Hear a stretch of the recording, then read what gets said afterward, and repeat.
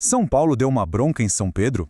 Essa famosa passagem da Bíblia, será que ela anula a autoridade do Papa? Olha, esse é um dos debates mais antigos e, sinceramente, mais fascinantes da história da Igreja. E hoje a gente vai desvendar esse mistério juntos.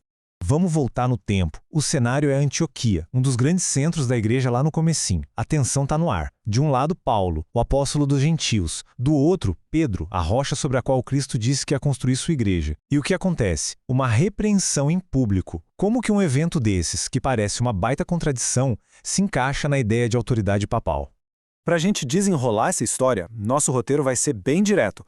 Primeiro, a gente vai reviver o que aconteceu lá em Antioquia.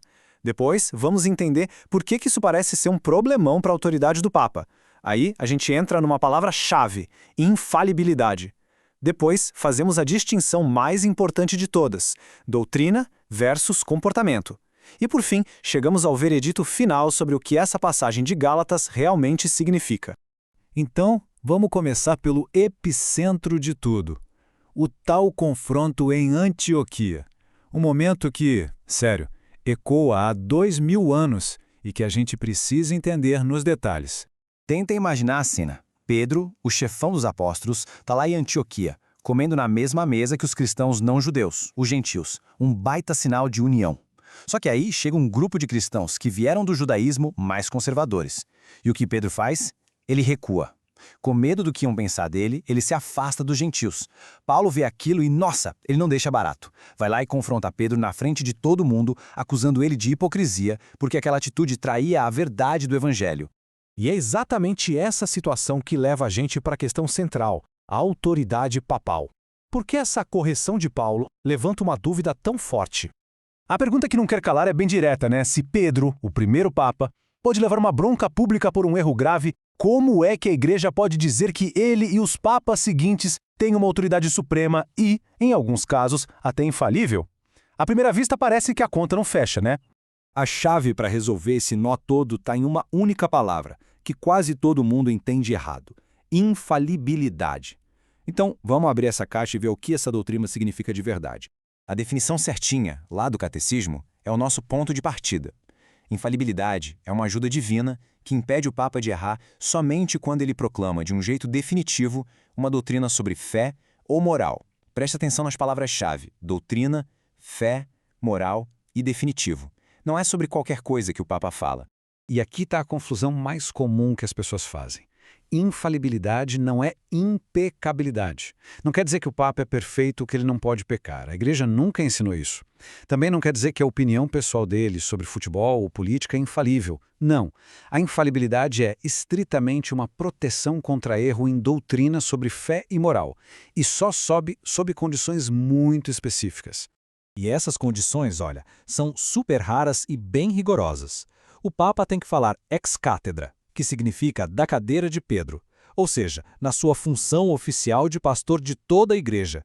Ele tem que estar definindo uma doutrina sobre fé ou moral, e tem que deixar bem claro que a intenção é que aquilo seja um ensinamento definitivo para todos. Com certeza não é algo que acontece numa entrevista ou num documento do dia a dia. Beleza, agora que a gente entendeu o que é infalibilidade, vamos voltar para Antioquia e aplicar isso.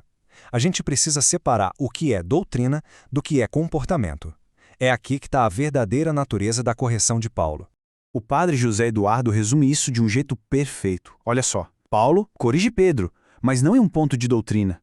Ele o corrige por um erro moral. Ou seja, Pedro não estava ensinando uma heresia, uma doutrina errada. Ele estava agindo com hipocrisia.